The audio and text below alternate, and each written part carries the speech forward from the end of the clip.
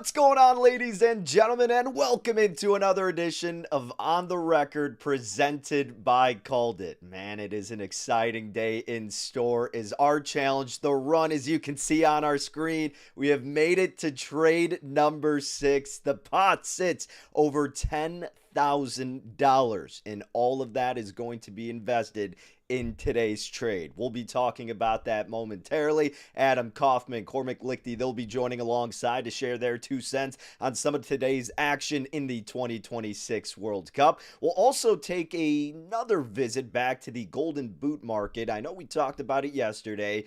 It shifted a bit after what transpired with some of the best players in the game, with Messi getting the hat trick, Mbappe tallying to himself. What can Cristiano Ronaldo do in that market, and how is Portugal going to play in their first match today? All of that is going to be discussed. And then to cap things off, we'll do a little bit of World Cup trivia, see where these fellas' knowledge is at from stuff of the past, and correlate that a little bit with some future events for this current World Cup. But again, I am Danny Burke. You can follow along at DannyBurke5 for myself on X, CalledIt.media. If you go there, www.calledit.media, there you can sign up. It's completely free. You put in your email, you get a hold of the daily newsletter, and there you get access to the daily call prior to us coming here on the show and dishing it out. So if the market moves, you get the best of the number. And not only that, you can voice your opinion. You can decide to join alongside, you can go against it, or you can add in something else and see how you stack up amongst the rest of the community leaderboard. Voice your opinion and also qualify for a chance to get some free merchandise. At the end of the group stage, 10 random users will be drawn and they will be selected to get some free CalledIt merch. I've got a few myself and it is some quality material, so make sure you sign up at www.calledit.media. But again, the big storyline is the run. 10,000 will be put all on the line in our quest to turn just an initial investment of $250 all the way to $1 million. But folks, let's go ahead and bring in our guest today, Adam Kaufman at Adam M. Kaufman, where you can catch him on X. Welcome back to the program, my friend. I know, it's a little bit, it's bittersweet for you, right? I'm sure you're excited for the 10K. You're at the top of the leaderboard, but now's a chance for you to maybe claw your way back to the top with some of today's action. I know it didn't necessarily go the right way the last time, but hey, I've got faith in you, my friend. I mean, it was a sweat. I was almost there. Look, I'm not rooting against the company. I'm not rooting against the trade. Good on everyone for the run continuing. Of course, my run atop the leaderboard came to an end, as you noted. But, we were all talking both teams to score, and that didn't come to fruition until what? Stoppage time? Yeah. At the very end, basically. And so that thing felt pretty good for a while. That game got drunk in the final 5-6 minutes, honestly. I mean, it was absurd, looking like a 1-0 all the way through, and then it's just goals, goals, goals. So, yeah, it was a good time. Look, we rinse, we repeat on my end. I got to start the surge to climb the 12 trades again. But for you, for the team, things are going pretty well. Like you said, trading 10K, that's nuts. It is insane, Adam. And you talked about like that game got a little drunk at the end. I mean, this whole experience has felt that way because the first call that kicked this off was that Knicks 29-point comeback against the San Antonio Spurs. That was trade number 1. Then following that, it was South Korea over Czechia, and South Korea was down 1-0. They came back winning that 2-1. USA over Paraguay. That was the sweat-free trade of this whole, just triumph right now. And then Belgium, Egypt, both teams to score. Obviously, that came in the final moments. France and Senegal. I mean, it's just insane with how we have made it up to this point. So, sometimes you don't need to be good. You just need to be lucky. Exactly, Adam. And that's all we're looking for here if that gets us to the end goal of that $1 million jackpot. So, obviously, we're excited to hear your thoughts on today's daily call. We're also pumped to get our guy Cormac's thoughts at Cormac_United on TikTok and Instagram. Cormac, welcome back into the fold, brother. How are we doing heading into today's affairs? I'm excited. Some big matches today, so of course I can't be disappointed. And I do want to say, you know what? I'm not petty, but the last time I was on here last Friday, what did I tell you guys about the United States? What did I say about the United States early goal? It took them 4 minutes to score a goal. And then, as I said, the attacking prowess was shown in that match. So, look, I'm feeling like we're going to keep the streak going. For myself on the show, at least, we're going to keep the streak going. I'm excited for today's show, and yeah, some brilliant football this week. Maybe a few too many draws for my liking, but overall, very, very happy with how this World Cup has gone so far. Hey, there's no doubt about it. You absolutely crushed it with that USA Paraguay result. I mean, you were all over the money on that one. So shouts to you. And outside of just your thoughts on the Daily Call, Cormac, I'm pumped to get you going and riled up a bit about your favorite player, Cristiano Ronaldo. Like you said off air, you're doing this for fun. You'd be spewing facts on Ronaldo left and right, or even just your opinions from the fandom side of things. So I'm ready to get you geared up a little bit today, brother. Can't wait. But all right, guys, let's go ahead and get into today's Daily Call. Now, again, this isn't only the Daily Call, it's also coinciding with our challenge, The Run, turning that $250 into $1 million. So you see on the screen right now at CalledIt, Ghana and Panama. The Daily Call that has been made by CalledIt is on Ghana to win this game, currently trading at 43 cents. The yes for Ghana to win over Panama, not the draw that you see trading at 30 cents. Of course, not Panama at the same price at 30 cents, but the 43 cent mark on Ghana to win. That is today's Daily Call, and that's where our challenge, The Run, the 10K pot, will all be invested today in a quest to turn that now into the next step of the ladder, over 24,000. So the conviction that CalledIt has believes the true chances should be at 46%, but right now you're getting it at 43%. Cormac, let's kick it right back to you. What do you think of the Daily Call? What do you think of Ghana, Panama? Obviously, Ghana, a new coach in the mix. Recent form not as great, but do you also agree that there is some value here today? Yeah, I mean, I can definitely see the value there, and I think that when you look across Europe, the best players and the best teams, like, you would for sure say that Ghana have the standout players of these two sides. And I think, especially on paper, when everyone's fit, I mean, it's without a doubt, they have the best. The problem for Ghana is going to be, are they available, right? So missing out on Mohamed Kudus, as he's coming back from, I believe, a quad strain, a little bit of a lingering injury there with Tottenham. And then also, because actually of some stuff, we won't go into it fully, but Thomas Partey also missing out as he's been denied entry into Canada for the opening match here. I'm not so convinced about Ghana. Of course, I think Semenyo, very, very good, coming off a season, 17 goals, 4 assists with, I guess, both Bournemouth and also Manchester City, of course, making the transfer halfway through the season. Jordan Ayew, ever present, and then Iñaki Williams as well, the former Spaniard, now playing here for Ghana. I think I do see the value there, but something just isn't there for me. I think Panama, look, I'm a defender of CONCACAF. North American football, I will be there to believe and to defend. And I'm going to have a little bit of belief in just the passion, the hard work that Panama offers. I think, it's going to be a close match. I think Panama will go out there and probably play defensive football. But the way that things are going, especially in this tournament so far, defensive football has been relatively successful for a few nations. You look at Cape Verde against Spain, and you see how that worked out for them. So I think that, you know what, I'm probably going to be going against the call today, and I'm going to back Panama. Oh, Adam, you heard it there from Cormac. Are you going against it once again, or do we have your support on the call?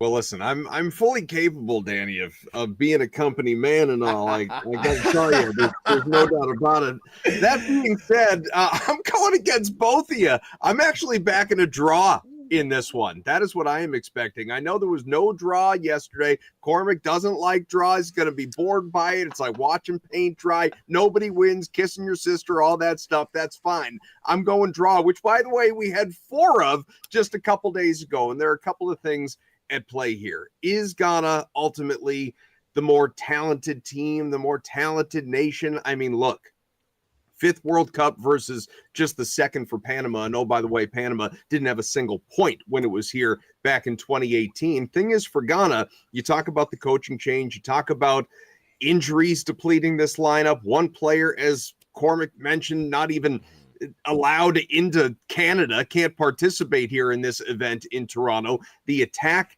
has fallen victim to this. Obviously, the defense in particular is really structurally dealing with problems. You had the coaching change just back in March, so there's a lack of continuity here for Ghana. And oh, by the way, this team quietly, and competition matters, I get it, is ranked 40 spots roughly below Panama in the world rankings. And yeah, again, leagues, competition, all of that. You could look at the talented roster and say it is there for Ghana. And generally speaking, that might be true, if not for, again, all of the injuries and concerns going into this match. For Panama, on the other side, at least that team is healthy. Is it less talented? Sure, but it's healthy, and you also have a coach who's been there for about 6 years and has been playing better and played very well, winning 8 of 10 matches across qualifying, and has scored goals of late as well. So I look at this, and I just don't think one side is dramatically more favored than the other. So yeah, look,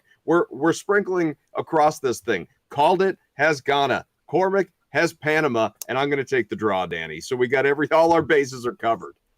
I cannot believe, I just looked now too, how on earth is Ghana ranked 73 in the world? That is astonishing. I can't believe that. I will say, I think that Ghana won't win. I don't know that I think Panama will win. I might actually be more on the draw side along with you there, because I do think it's going to be a very defensive setup. And again, I think with Ghana, their game plan needs to be much like the United States, because I think Panama's going to go out there. They're going to play defensively. And I think especially also because the talent that Ghana currently has able to play in this match, their best talent comes in the attack, right? Iñaki Williams, Jordan Ayew, Semenyo, their best players are going to be offensive. And so it won't be a surprise when Panama go out there, set up defensively, set up in a low block.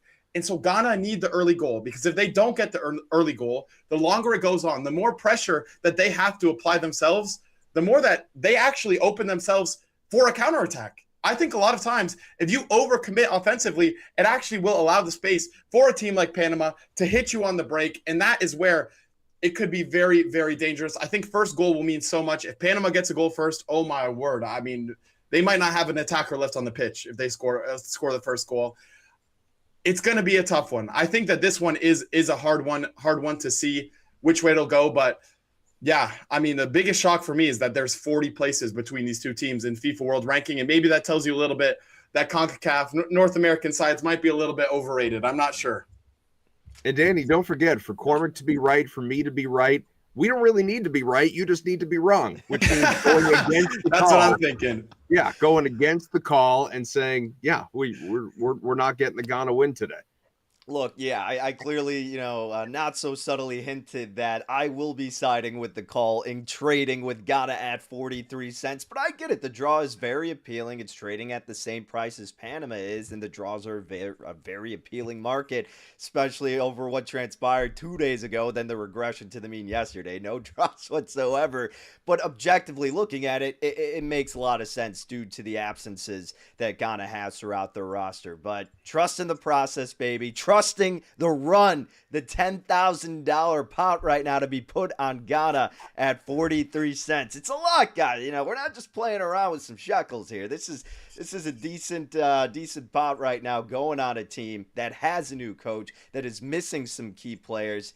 It's going to be a fascinating watch. I'm certainly going to be perspirating throughout all of it. Yesterday was insane with the bold teams to score. Cormac, I did want to ask you one more thing here, because, we kind of picked your brain with the USA match and perhaps looking at an in-game perspective. If Panama were to get on the board first, as you slightly alluded to, is there any way you would maybe approach those live markets? Live betting the draw, live betting, something with Ghana, any kind of live trade you want to look at if that were to be the case. You're saying they score first? Yeah, if Panama went up 1-0, like in the first half. Yeah, I mean, I think definitely at that point, looking at the draw would be what makes sense to me, because, look, realistically, if they get the first goal, Panama will. I joked to it before, but there's a metaphor maybe that you've heard before, maybe not. Parking the bus. Mm-hmm. Parking the bus, you're putting the bus right in front of the goal. The team bus will be in front of the goal. Every player, you're building a wall in front of the goal. Genuinely, there won't be any attempt to attack if they score first. And so I think then on the flip side, Ghana will be going crazy. And I also just think Panama might be happy to take the draw, if I'm honest. And so I think if they score first, look, can they hold on to it? A lot of times it just comes down to moments. It comes down to things that are hard to see, just because one moment where a player sticks their arm out a little too much to give away a penalty, that can change the entire match. But I do think at the point that they score first, for Ghana to go and score 2 goals would be a shock. I mean, that would be a big statement from Ghana. So, yeah, I think I would have to certainly at that point double down on the draw if Panama scores first. Danny, I'll take that a step further. I don't think Panama would be content with the draw. I think Panama would be thrilled with the draw. Again, 8 years ago, not a single point in World Cup play in its only other appearance here. So you're looking for steps forward. Obviously, a point of any kind gets you that, but not just that.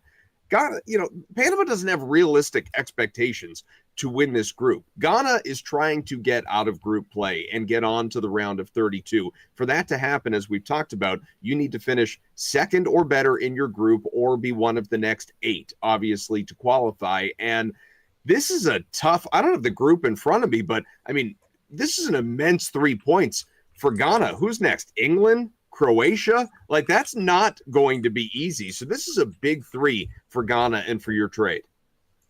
Absolutely. Cormac, did you pull that? I didn't know if you wanted to. Yeah, I'm trying to pull up the group right now. Let's see here. So we have, they're down at the bottom.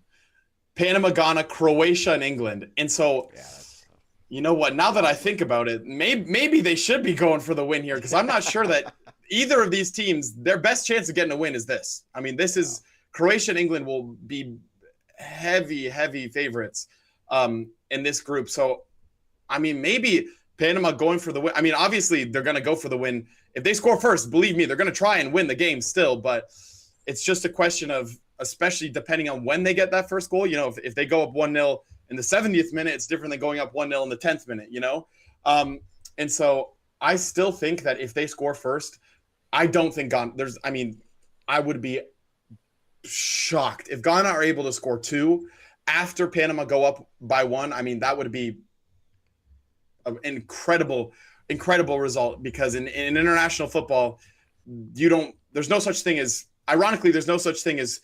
too much pride, or too little pride, I guess. It's okay to be shameless. It's okay to say, yeah, we scored this 1 goal. We don't care if this is the worst thing that you've ever watched. We are going to all defend to get this win. Everything's on the line, which means that you don't care about how people view the football you're playing. You care about if you get those points. And especially now, this is the easiest it will ever be to get out of your group at a World Cup. Again, 8 third place teams make it out of their group. And so, yes, at least a point is so important, because if you get a point in a draw, 4 points is usually enough to get you second in a group. Normally, if you get 4 points in a group, that's good enough to get you second to go through. If you get 4 points now, I mean, we haven't seen this play out yet, but I'm guessing if you get 4 points in this new system, you're almost guaranteed to make it out of your group. So that extra point can mean everything, with only 3 matches deciding the entire group. Hell, look at Spain's group the other day. Nobody at all, nobody in the world. I mean, obviously, some, I understand, invested in the draw and took the long shot money at Cape Verde and all of that. But, nobody thought Spain was going to lose that, which obviously it didn't. It got the draw, got the 1 point. Thing is, you got the draw in the other match as well. And so it was just 1 point across the board. It's rinse, repeat. Let's start again. And, you're down to 3 at that point in time. So points are harder to come by, fewer and further between. Well, gentlemen, we have pretty much all day to get the nerves worked up for this daily call and to turn that pot of $10,935 into hopefully over 24K. Now, again, these gentlemen they're being objective here. They're giving you their true thoughts. They think it's going to end in a draw, and there's a 30% chance. Market's telling us that is going to be the case. Called It, though, is trading on the 43 cents that Ghana is going to be victorious. They believe the true conviction is at 46 cents. I tend to agree with Called It. Rooting for that challenge to continue, baby. 250, trying to turn it into $1 million. Going to be a hell of a game. Ghana, Panama, 7 p.m. Eastern Time, BMO Field, up in the Great White North in Toronto, Canada. So all day to get ready for that one, fellas. Another market that I do want to pick your guys' brains about, because we talked about it yesterday. Let's talk Golden Boot. I am just, again, thrilled to get Cormac's thoughts here because I think we may have a little bit of a dispute here between the guy you see on the screen, Cristiano Ronaldo, currently trading at 5% to be the Golden Boot winner to score the most goals in the World Cup. I mean, Cormac, look, yesterday we saw Mbappe tack on two. We saw Messi, the GOAT. He got a hat trick. Is Cristiano just going to go out there and just be, shot, blinders on? Don't even matter what happens. He's just going to be going full force. Is there value here with Cristiano? I know you're a diehard, so we want a little objectivity out of you, but maybe not too much. Here's what I can say. Cristiano Ronaldo will absolutely 100% be the top goal scorer at this World Cup is what I would have said 8 years ago. What I'll say today is not the same. I mean, look, 4 years ago in Qatar, Cristiano Ronaldo managed 1 goal. Now, 4 years later, at the age of 41, look, I know he came off a title-winning season with Al Nassr, a strong performance with them in that title-winning season. But can I sit here and tell you that I believe he's going to be the top goal scorer? I just think, I know Messi scored a hat trick yesterday, and that almost actually scares me more for Cristiano. But I just believe that with Haaland and with Mbappe both putting up braces in their opening fixtures yesterday, and especially in the way they do it. I mean, a lot of people criticize a player like Kylian Mbappe. They'll say, because the first half, Mbappe was poor. Really, until he scored, Mbappe was poor. And they'll say, Mbappe, he'll have a bad match and he covers it up with a goal. He covers up with a brace. But I always think about it. The best players, it's actually the opposite. They'll have a bad match and they'll still score. They'll still score. That's how you know they're an incredible player. They could be playing poor for 90 minutes, but 90+1, they'll still get their goal. They'll still bring that individual moment. And I just feel like Ronaldo, Messi, while they may still have the technique, the ability there, physically, I just don't think that they're able to keep up with the level, with the physicality, the athleticism that Kylian Mbappe, that Erling Haaland are able to provide. And again, I was mentioning before, but after Messi's hat trick yesterday, as a Cristiano Ronaldo fan, I'm a little bit scared. I'm a little bit scared for today's match because we might be seeing the Michael Porter Jr. of football. I mean, the possession ends with me. Never swing the rock. Might be the first player to have more shots than touches. I'm a little bit worried about it, honestly, because he might let his pride get in the way of the team. And I love Cristiano Ronaldo, but I might love Bruno Fernandes more. And so for myself, I really want to see them do well. I think today will be the test. Today will 100% be the test. Congo will probably be the easiest side that they're going to play in their group. And so Ronaldo getting a goal, the dream, I always talk about it early, but I do think the first 10, 15 minutes of a match say so much. If he's able to give himself the confidence in those first 10, 15 minutes by getting a goal, like that will be such a relief, a weight off his shoulders, and a reminder to himself that, hey, I still got it, and I don't need to shoot every single time I get the ball. It's okay. I got my goal. Now I can play for the team. And so hopefully, as somebody who's maybe got – I know I'm half Canadian, I'm half American, but if I had a third nation, if I could get a third passport, it would probably be for Portugal for them to do well at this World Cup. So hopefully for their sake, Ronaldo can get on the score sheet today. Adam, really quick, you see on the screen Ronaldo trading at 57% to score a goal today. Obviously curious your thoughts there, Ronaldo as a whole, and for the Golden Boot market. The floor is yours.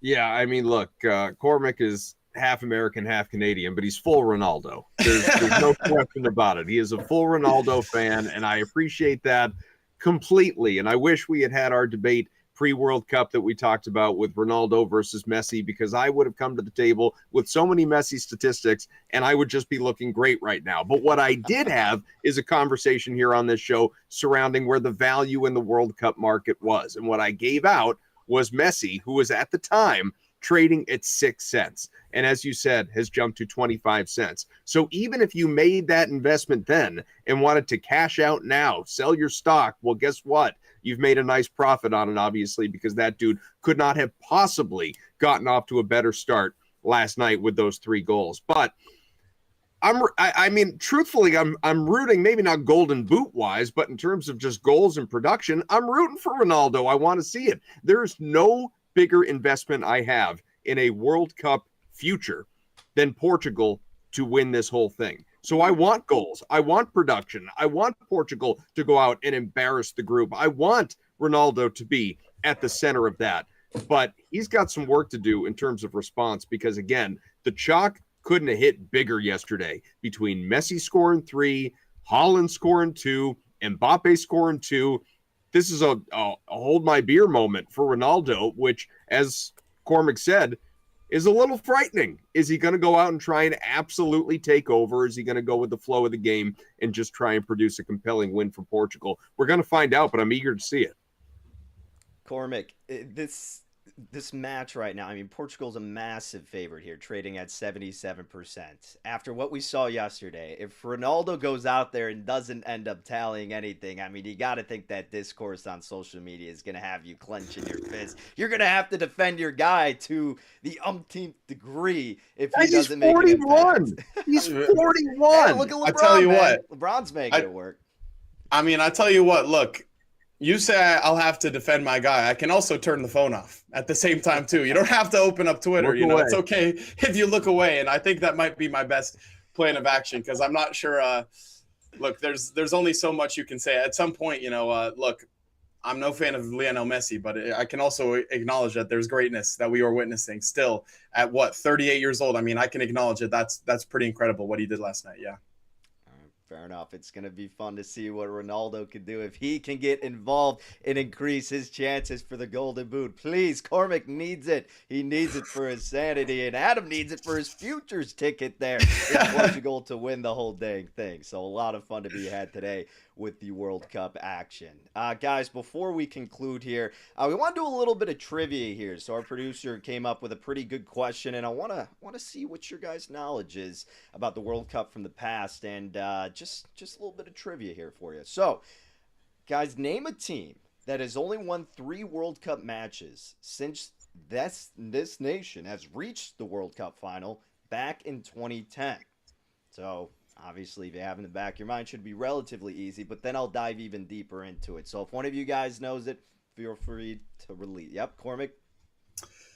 Well, I believe it's Spain, only because I know that the Netherlands knocked the U.S. out of the last World Cup, so there's one win. And I think they probably would have gotten a few more in the group stage. I know they actually also beat Spain in 2014 in a resounding win in the group stage, so it was only one of the two, so it must be Spain then, yeah. All right, you got it right. It is Spain. Now, can you guys name the 3 other nations that they overcame and what years? We'll take it even a step farther. If you can't name the years, just the team, so be it. Ooh. Germany? Not Germany. See, now I remember. Was Germany a draw? I know there was a close match against Germany. I know that last World Cup in 2022, on the final day, Spain, and it was Germany's group, at one point, the entire group on the last match, the entire group was swapping around mid-match because of the way the goals were going. I believe they drew with Japan in the last match. I'm trying to remember who was the other team that could have made it through. I think it was Costa Rica. So did they beat Costa Rica? Yep, 2022. Okay. Group play Costa Rica. That's 1 out of the 3. Oh, boy. The other ones are going to be tough. So they drew in 2014 against Spain. They lost to the Netherlands. And I don't remember the other team in their group. That's the problem. In 2018, who did they play in 2018? I'm not sure I can remember. Honestly, there's not been too much.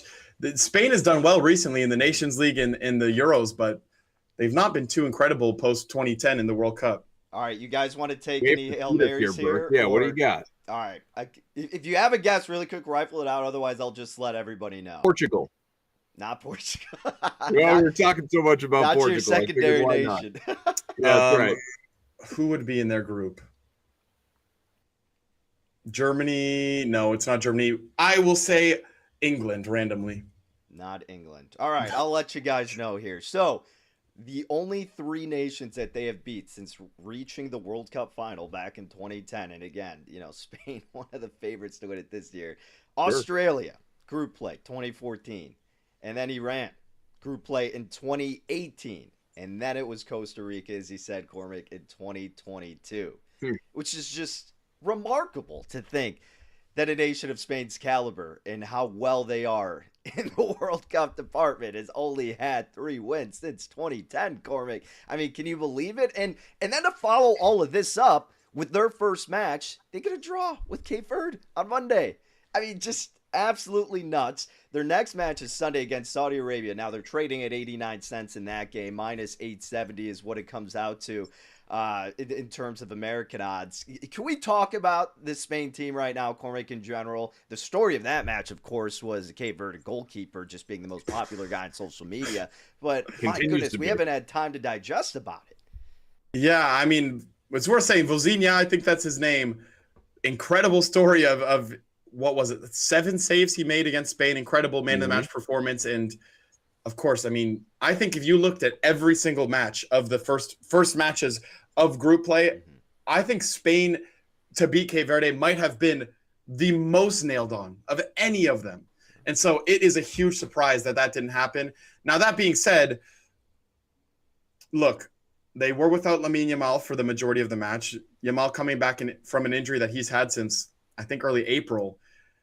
And I personally am a believer that he's the best player in the world. Now, is he the best player at the World Cup? That's a different question, because I also believe that different players show up at the World Cup than show up in club football. And I think Kylian Mbappe, as much as I do believe he's a little bit underrated in club football, he's an example of a player who, when it comes to the World Cup, he will be there. He's gonna show up and be ready to play. Lamine Yamal, this is the first time we're seeing him at a World Cup, and he's coming back from an injury. Will we get the best of Lamine Yamal?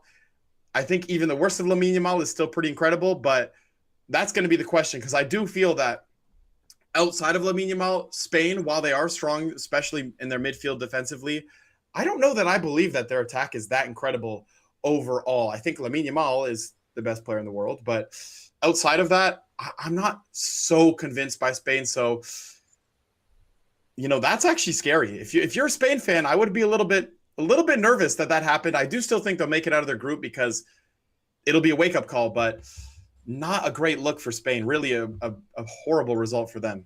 Yeah, Adam, Spain's still trading at 94% to come out of Group H. I mean, I don't think there's too much doubt there, but to win the World Cup, second highest probability, I mean, 13% is what the market's telling us, a little better than 6-1 American odds. Did you lose a bit of conviction in this Spain team? No, I mean, I'll be brief, guys. Like, Spain could have scored 3 goals in the first half of that game. Don't play with your food. Tale as old as time across sports.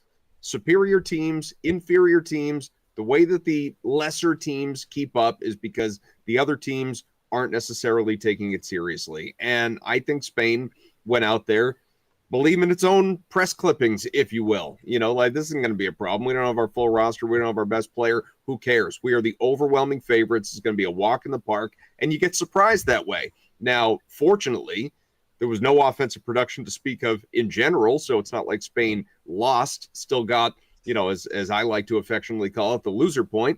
But, I don't think going forward this means anything in terms of the group. Now, once you get out of the group, well, I shouldn't say that. What it does mean, obviously, is if Spain can't win the group and, say, finishes second, that does impact the path, which dramatically impacts whether or not this club is going to be able, or country, I should say, is going to be able to go out and, do anything impactful as time moves along here once you get to the round of 32 and beyond. Your path does matter. We just looked at it in the NBA Finals, right?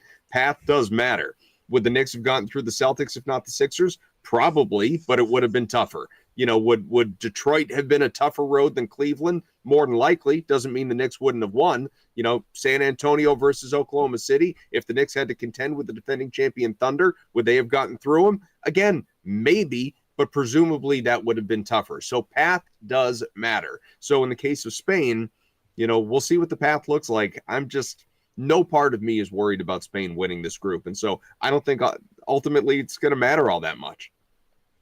Their path happens to have Saudi Arabia next, where they're over an $8 favorite, trading American odds minus 870 again. Not too much to be worried about the Spaniards here. It looks like what the market's telling us, 89% is what they're trading at. But still makes for a very compelling story, and to see how they're going to respond potentially, Cormac, right? I mean, I just imagine Yeah. everybody's going to be running to get the spread, trading on that with Spain, expecting a rebuttal. Just because you think it's going to happen doesn't mean it has to happen. If it's a must-win game, I like to say you must not be very good. There's a little bit of fear surrounding that.